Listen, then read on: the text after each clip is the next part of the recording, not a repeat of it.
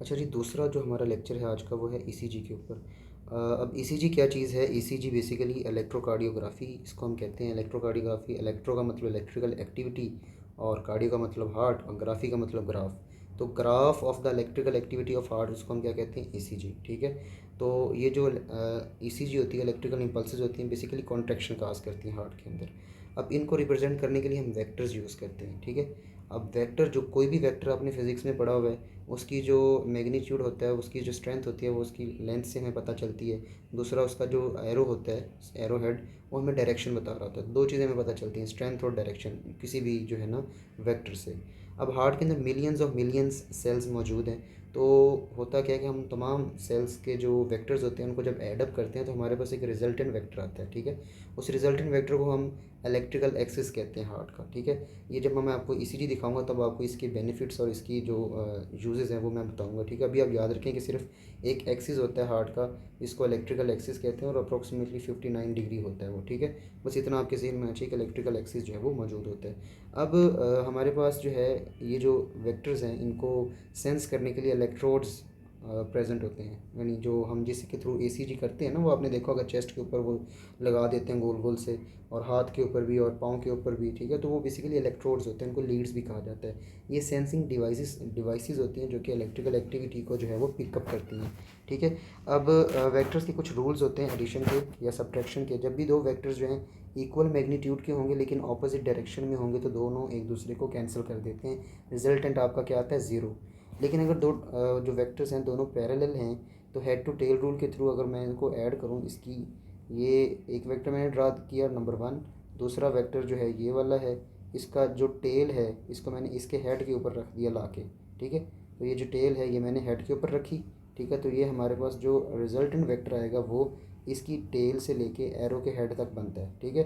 तो इसका जो रिजल्टेंट होगा वो इन दोनों के मैग्नीट्यूड के सम के इक्वल होगा। ठीक हो गया। तो जब दोनों पैरेलल हैं तो हेड टू टेल रूल के थ्रू आप इजीली जो है ना उनको ऐड करके जो है वो मैग्नीट्यूड निकाल सकते हैं। लेकिन अगर वेक्टर जो है वो किसी स्पेसिफिक एंगल के ऊपर हैं, पैरेलल नहीं है ना ही एंटी पैरेलल हैं, तो आप क्या कर सकते हैं कि देखें ये वेक्टर है, हेड टू टेल रूल के थ्रू इसको उठाएं और इसके ऊपर रख दें। ठीक है। अब इसको देख के मैं कैसे ऊपर रखता हूँ, बिल्कुल सेम एंगल सेम होना चाहिए। ठीक है।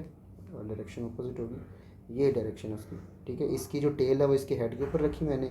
तो रिजल्टेंट वेक्टर निकालने के लिए टेल से हेड की तरफ एक एरो ड्रा करें, ये ऐसे। तो ये रिजल्टेंट वेक्टर आएगा आपका। तो आप देख सकते हैं कि इन दोनों का रिजल्टेंट वेक्टर जो है ये बिल्कुल ऐसे ड्रा किया हुआ है। ठीक है। तो हेड टू टेल रूल के थ्रू आप इसको ऐड कर सकते हैं। अब मैं आगे चलता हूँ थोड़ा सा, कुछ और रूल्स हैं हेड टू टेल रूल के अलावा भी, कि जो इलेक्ट्रोड होता है जो कि बेसिकली सेंस कर रहा होता है आपकी इम्पल्सेस को, इलेक्ट्रिकल एक्टिविटी को। तो अगर तो आपका हार्ट सपोज यहाँ पे पड़ा हुआ, हमने यहाँ पे एक इलेक्ट्रोड, ये इलेक्ट्रोड सपोज रखा हुआ है। ठीक है। और जो इम्पल्स है उसका वेक्टर बना है ये उसका नेगेटिव चार्ज है, ये उसका पॉजिटिव चार्ज है। अगर तो वो टुवर्ड वेक्टर मूव करेगा, जब वो वेक्टर की तरफ आएगा। ठीक है। जब दो चीज़ें करीब आती हैं तो क्या होता है, इलेक्ट्रोड पर भी चार्ज होता है, इस पर भी चार्ज है। दो चार्जेस जब एक दूसरे की तरफ आते हैं तो क्या होता है, उनकी एनर्जी बढ़ जाती है, क्योंकि वह रिपल्शन आती है, एनर्जी इंक्रीज़ कर जाती है, पोटेंशियल एनर्जी इंक्रीज़ कर जाती है। जब वो पोटेंशियल एनर्जी इंक्रीज़ कर जाती है तो आपको जो डिफ्लेक्शन है वो एनर्जी की फॉर्म में मशीन के ऊपर पॉजिटिव डिफ्लेक्शन शो होती है, क्योंकि एनर्जी आपकी इंक्रीज़ कर रही है। ठीक है। जब भी रिपल्शन होती है तो एनर्जी इसमें ना जो है स्टोर हो जाती है, एनर्जी जो है वो उनका बैलेंस इंक्रीज़ कर जाता है। ठीक हो गया। अगर जो है जो इम्पल्स है वो अवे जा रही है, ठीक है, सपोज इसके ऊपर पॉजिटिव चार्ज है, इस पर नेगेटिव चार्ज है, अब वो पॉजिटिव डिफ्लेक्शन अवे जा रही है।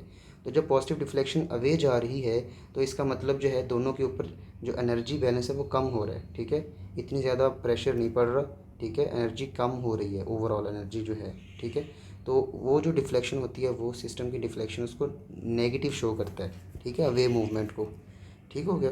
तो यहाँ पे आपने बस ये याद रखना है कि जब भी जो आपका वेक्टर है वो अवे जा रहा हो, जैसे ये इलेक्ट्रोड है, अब ये वेक्टर अवे जा रहा है, तो इस वेक्टर के अंदर ये जो इलेक्ट्रोड वन है, ये इलेक्ट्रोड टू सपोज कर लें, इलेक्ट्रोड वन के अंदर जो डिफ्लेक्शन होगी वो नेगेटिव होगी क्योंकि वो उससे अवे जा रहा है। लेकिन जिसकी तरफ जा रहा है, ठीक है, उस दोनों के दरमियान रिपल्शन होने से इनकी एनर्जी बढ़ जाती है, तो वो पॉजिटिव डिफ्लेक्शन की जो है वो शो करेगा आपकी ईसीजी मशीन के ऊपर। ठीक हो गया। तो अगर कोई इलेक्ट्रोड मिडवे पड़ा हुआ है, जैसे ये पड़ा हुआ है, ठीक है, अब उसको ये नहीं पता चल रहा कि ये उसकी तरफ आ रहा है या उससे दूर जा रहा है, तो क्या होता है, जिस तरह आप सपोज करें कि इसको मैं दो हिस्सों में डिवाइड कर लूँ, एक ये है इलेक्ट्रोड, एक ये, सपोज़ करना कि ये जो नीचे बनी है इसकी ओरिजिनल डायग्राम वो रिजल्टेंट वेक्टर है। तो मैंने इसको दो हिस्सों में डिवाइड कर लिया। अब एक हिस्सा अगर आप देखें तो वो उसकी तरफ आ रहा है और एक हिस्सा उससे दूर जा रहा है। तो वो इसको कैसे शो करेगा, वो कुछ पॉजिटिव डिफ्लेक्शन शो कर देगा और कुछ नेगेटिव शो कर देगा, ठीक है। तो इस तरह से इसको वो शो करेगा। अब इसकी आगे कुछ एग्जांपल्स दी हुई हैं कि सपोज़ ये देखें, ये आपका ये वेक्टर है जो कि अवे जा रहा है आपके इलेक्ट्रोड से। ये इलेक्ट्रोड है, ये वेक्टर है। जब अवे जा रहा है तो डिफ्लेक्शन नेगेटिव होगी। लास्ट पे वो जो है उसकी तरफ आ रहा है, ठीक है, तो डिफ्लेक्शन क्या होगी, पॉजिटिव। दरमियान में क्या है कि अगर वो मिड वे में है तो कुछ पॉजिटिव कुछ नेगेटिव। अब अगली बात जो है, जो दो केसेस और दिए हुए हैं, जब कुछ स्पेसिफिक एंगल होगा। अब ये तो बिल्कुल एक डायरेक्शन में था, पैरेलल था उसके, लेकिन अगर वो पैरेलल नहीं है या एंटी पैरेलल नहीं है, वो एक स्पेसिफिक डायरेक्शन में जा रहा है, तो क्या होगा, वो कुछ जो है पॉजिटिव शो करेगा, कुछ नेगेटिव शो करेगा। अब जितना उसे लगेगा कि मेरे ज़्यादा सपोज इस वेक्टर को, उसको इतना लग रहा है कि इतना वेक्टर जो है वो मेरे जो है मुझसे दूर जा रहा है, तो उतनी वो ज़्यादा डिफ्लेक्शन शो कर देगा। अगर ये ऊपर वाला पोर्शन कम होगा तो वो थोड़ी सी जो है ना पॉजिटिव डिफ्लेक्शन शो करेगा। इसी तरह ये देखें कि उसको लगे सपोज़ कि इतना वेक्टर जो है वो मेरी तरफ आ रहा है, तो उतनी ज़्यादा वो कर देगा शो वो पॉजिटिव डिफ्लेक्शन, और थोड़ी सी उसे लगेगा कि मेरा दूर जा रहा है मुझसे, तो उतनी को वो जो है नेगेटिव डिफ्लेक्शन शो करेगा, ठीक है। तो ये ईसीजी के ऊपर डिपेंड करता है, ठीक है। होप्स हो कि आपको थोड़ी सी समझ आई होगी इसकी। तो मज़ीद हम इसको जो है ना